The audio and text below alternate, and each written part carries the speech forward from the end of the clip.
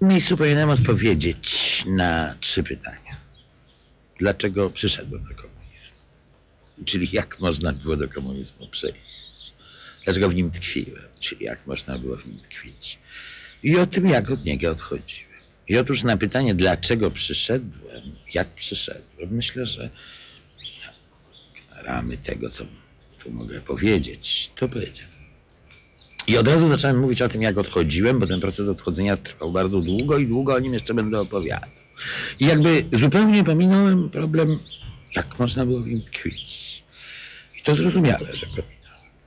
Dlatego, bo to, że się w nim tkwiło, było zupełnie oczywiste. To, co nas odrzucało od komunizmu, zaskakiwało, bolało, było trudne do zrozumienia. Natomiast sam fakt uczestnictwa był absolutnie oczywisty. Po pierwsze dlatego, że taki jest w ogóle mechanizm społeczny. Przynależy się, walczy się o coś i im trudniej jest o to walczyć, tym ważniejsze jest to, co się walczy. I to, że to taki jest właśnie, że tak właśnie jest słusznie, to jest jakby oczywiste. Co więcej,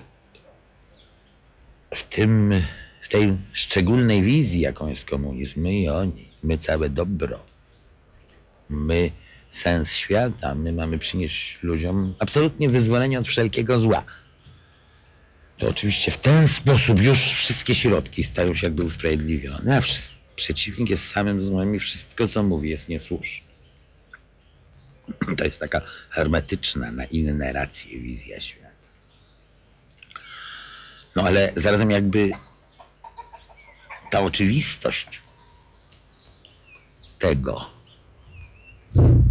że tkwimy tu oto w tym ruchu, narzucała się niesłychanie. Wszyscy moi koledzy z aparatu,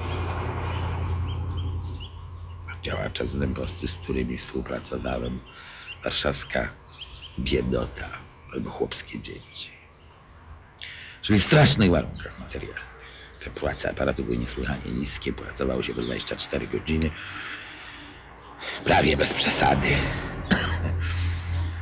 No tak, te warunki mieszkaniowe były bardzo złe, ale równocześnie budowało się i to budowało się. Ja pamiętam świetnie, ile domów zbudowano za mego życia we Lwowie. Jeden widziałem, jak go się powoli buduje. A tu na moich oczach stawał dom za domem. Mówiono na świecie o warszawskim tempie.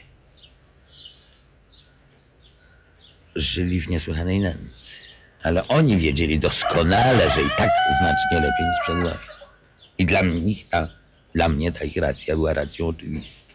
Ja sam świetnie pamiętam nędzę przedwojenną, bo mnie ją ojciec pokazywał. Ja mieszkałem obok baraku dla bezrobotnych. I takiej nędzy ja już po wojnie nie widziałem. Takiej nędzy, jaką widziałem na podhalańskiej wsi, w której mieszkała moja ciotka i w której spędziłem wojnę, ja już po wojnie nie widziałem.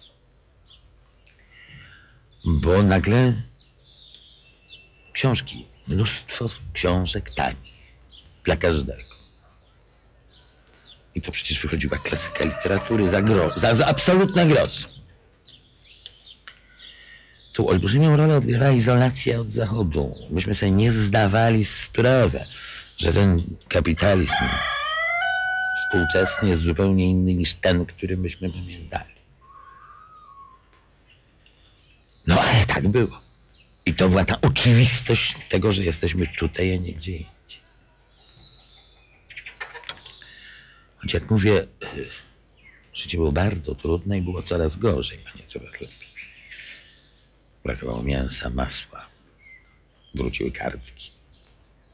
Myśmy chodzili w kolejki i pisali raporty, co mówią ludzie. Pisaliśmy prawdę. Ludzie byli straszne rzeczy. I no ci moi koledzy, wszyscy znacznie ode mnie starsi, zdawali sobie sprawę, że taka jest prawda o życiu. I to strasznie męczy. Strasznie męczy. W tym aparacie narastała złość. Dzika złość. Taka agresja. Agresja na karierowiczów, agresja na spekulantów, agresja na prywaciarzy, agresja na wszystkich bogatych. To samo zjawisko, które myślę istotny element grało u bikiniarzy. Tu przyjmowało taką barwę. My się poświęcamy, my tyramy, my pracujemy. Myślę, że gdzieś tu zaczyna się, tutaj właśnie jest ten zarodek tego strasznego aparatu, który potem dochepał się do dóbr różnych, trzymany w nędzy. I w takim poczuciu, że cały ciężar na nas.